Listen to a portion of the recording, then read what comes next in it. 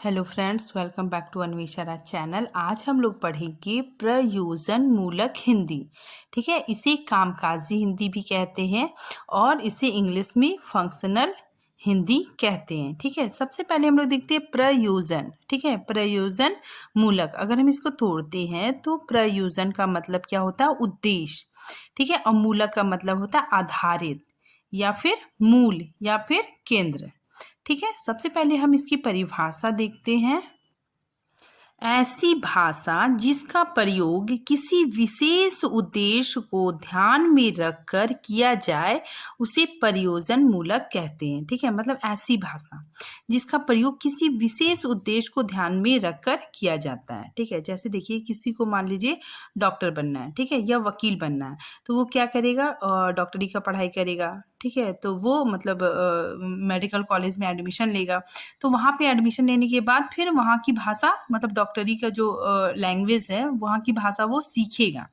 ठीक है, तो वो क्या हो गया? उसका विशेष उद्देश्य हो गया। ठीक है ना, तो विशेष उद्देश्य को ध्यान में रखकर वह मतलब भाषा सीख रहा है, उसी को हम लोग क्या बोलते हैं? प्रयोजन मूलक हिंदी कहलाती है। ठीक है, तो वही प्रयोजन मूलक कहलाएगा। ठीक है, जैसे इसकी एक और परिभाषा देखते हैं।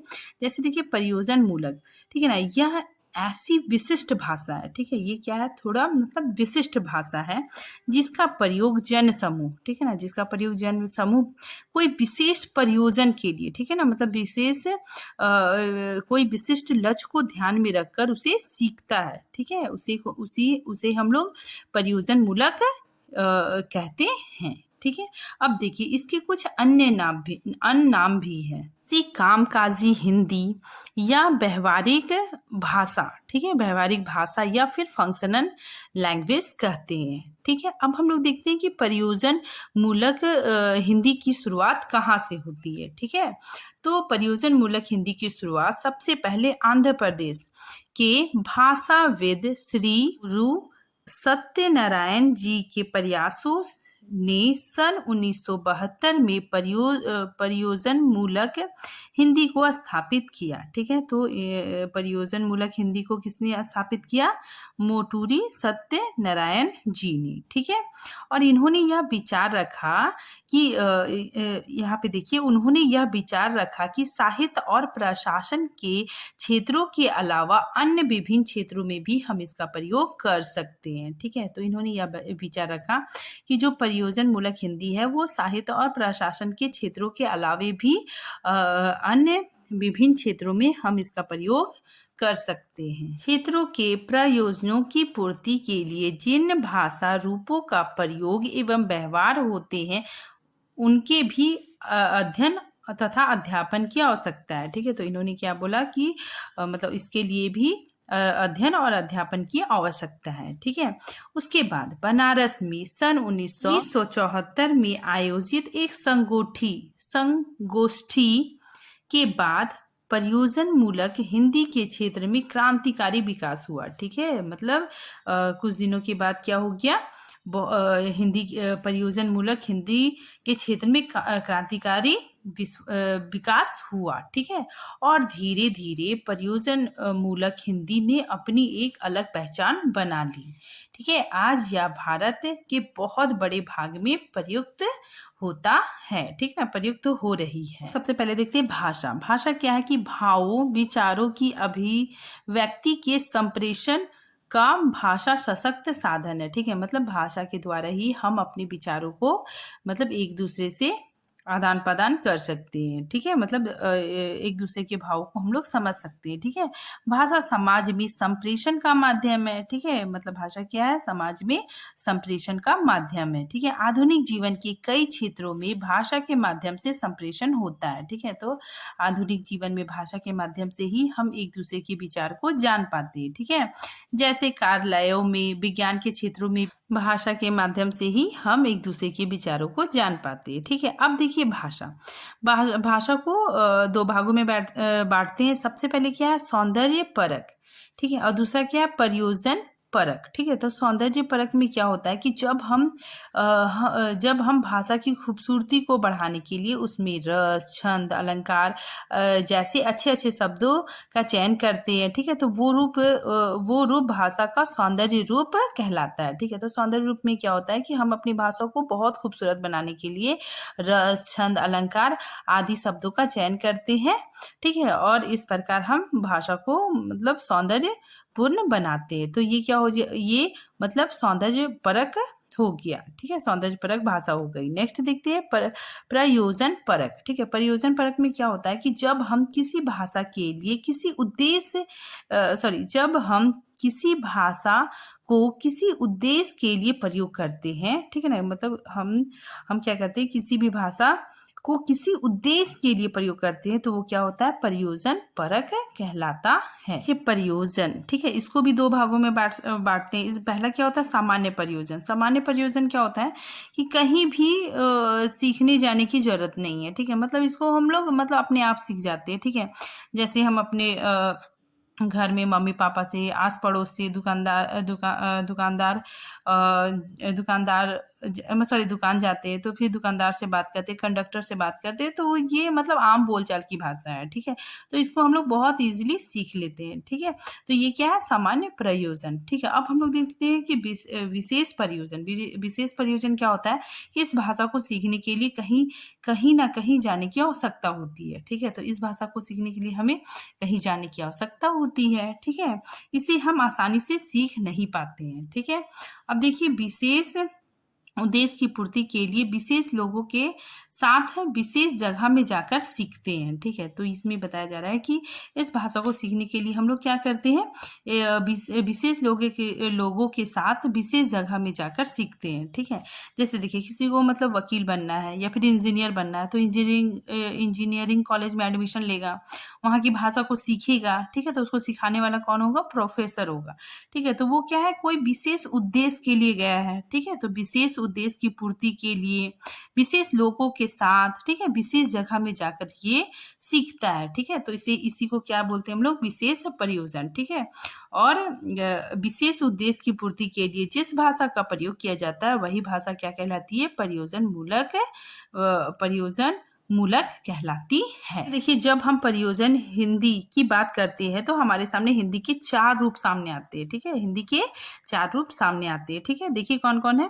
पहला, हिंदी क्षेत्र में प्रचलित बोली या मिश्रित बोली, ठीक है। मतलब जो हम लोग बातचीत करते हैं वो बोली है, ठीक है। दूसरा क्या है, साहित्यिक बोली, जो कविता कहानी में प्रयोग किए जाने वाली हिंदी क्या कहलाती है, साहित्यिक हिंदी। फिर हो गया जनभाषा। जनभाषा मतलब वहाँ के जो लोग हैं वहाँ मतलब रहते हैं और जो आपस में बातचीत करते हैं वो क्या हो गया, जनभाषा, ठीक है।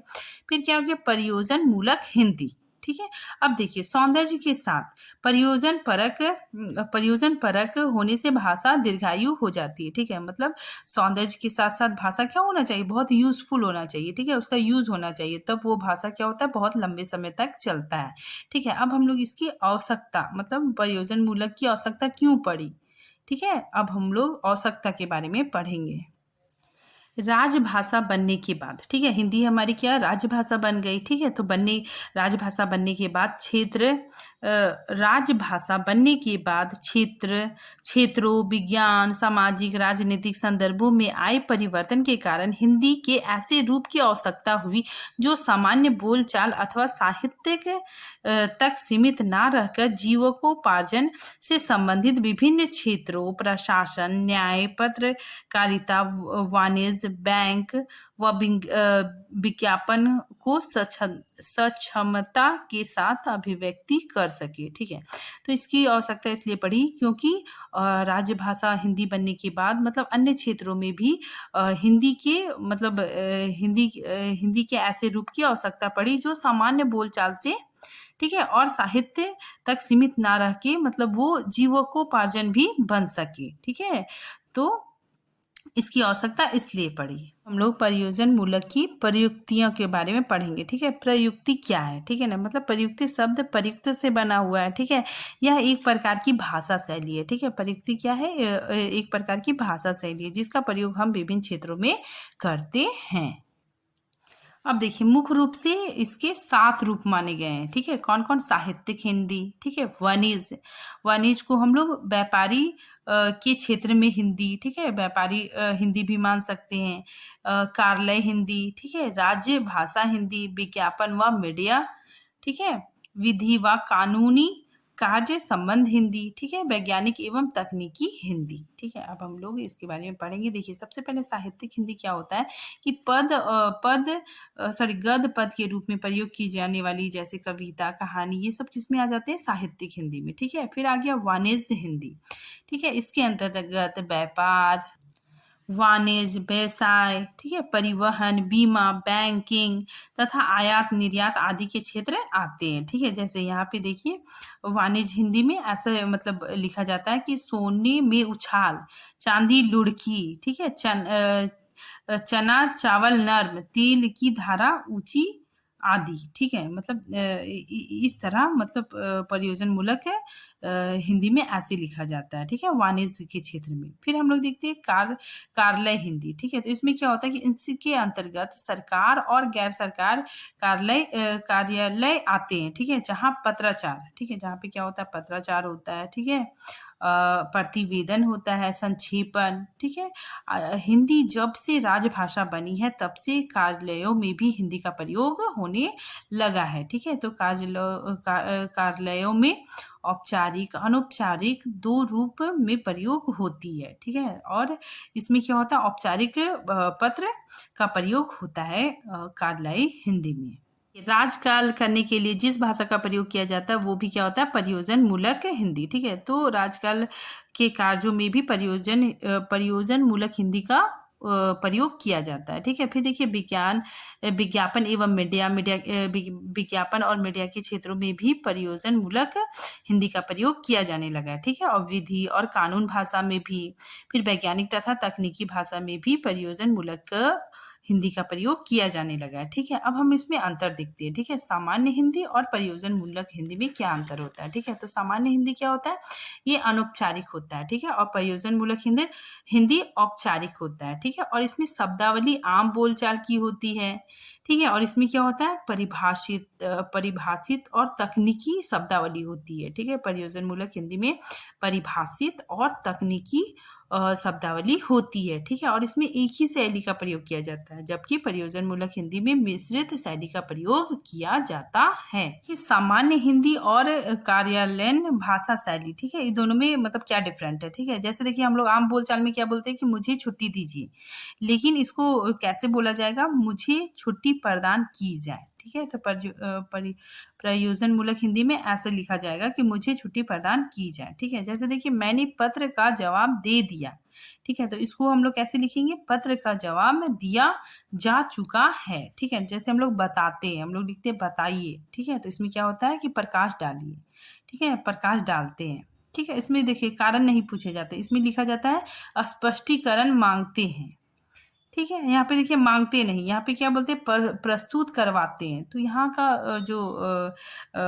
यहाँ का जो भाषा होता है, ठीक है, ये मतलब बहुत ही सुचारू रूप से और बहुत ही सटीक होता है। हम इसकी विशेषताएं देखेंगे, ठीक है। सबसे पहले क्या है? प्रयोजनीयता, ठीक है। इसमें क्या है कि शब्दों का विशेष भंडार होने के कारण उद्देश्य के आधार पर आसानी से प्रयोग कर सकते हैं, ठीक है। तो हमारी हिंदी में क्या है? बहुत शब्दों का मतलब पूरा भंडार है, ठीक है। इसी वजह से हम इसका मतलब बहुत आसानी से प्रयोग कर लेते हैं, ठीक है। और ये भाषा क्या? बहुत ही वैज्ञानिक भाषा है, ठीक है। हिंदी जो भाषा है वो क्या है? बहुत वैज्ञानिक है, मतलब जैसा बोलते हैं उसी मतलब सेम टू सेम उसी तरह लिखाता है, ठीक है। मतलब जैसा बोला जाता है उसी तरह उसी के तरह लिखा जाता है, ठीक है। और फिर आ गया सामाजिक। सामाजिक में क्या है कि समाज व्यवहार के अनुसार ढल जाती है, ठीक है। ये भाषा क्या होती है? समाज और व्यवहार के अनुसार मतलब ढल जाती है, ठीक है। फिर इसमें क्या है? भाषा की अपनी विशेषता के आधार पर अलग अलग हो जाती है, ठीक है। अब हम इसकी सीमाएं देखते हैं, ठीक है। इसमें क्या है कि वैज्ञानिक व तकनीकी के दुरूह शब्द, ठीक है। मतलब यहाँ इसमें क्या होता है ना कि शब्द बहुत ही ज्यादा कठिन होते हैं, ठीक है। अनुवाद के कारण कठिनाई होती है, ठीक है। जब हम दूसरे लैंग्वेज का मतलब कुछ भी होता है, ठीक है, दूसरे लैंग्वेज का लेख या कुछ भी होता है तो हम उसको अगर ट्रांसलेट करते हैं तो मतलब उसमें क्या होता है, कठिनाई आती है, क्योंकि हम शब्दों को मतलब सेम टू सेम अनुवाद तो कर देते हैं लेकिन उसके भाव को उतना अच्छा से डिफाइन नहीं हो पाता है। ठीक है, इसीलिए अनुवाद के कारण क्या होता है, कठिनाइयाँ आ जाती है। ठीक है, नई परिभाषित शब्दावली का निर्माण यहाँ पे ज़रूरत है। ठीक है, अब देखिए इसकी परिभाषा। ठीक है, तो इसके विद्वानों ने इसे परिभाषित किया है। ठीक है, इसके बारे में मतलब कुछ कहा है। ठीक है, जैसे देखिए यहाँ पे डॉक्टर मोटूरी सत्यनारायण जी ने कहा है कि जीवन की आवश्यकताओं की पूर्ति के लिए प्रयोग में लाई जाने वाली हिंदी ही प्रयोजन मूलक हिंदी होती है। ठीक है, और फिर देखिए डॉक्टर दंगल झाल्टे ने क्या कहा है कि विभिन्न सेवा माध्यमों में विशिष्ट प्रयोजनों की संपूर्ति के लिए प्रयुक्त भाषा स्वरूप को प्रयोजन मूलक भाषा कहते हैं। ठीक है, बस आज के लिए इतना ही है। Thank you friends.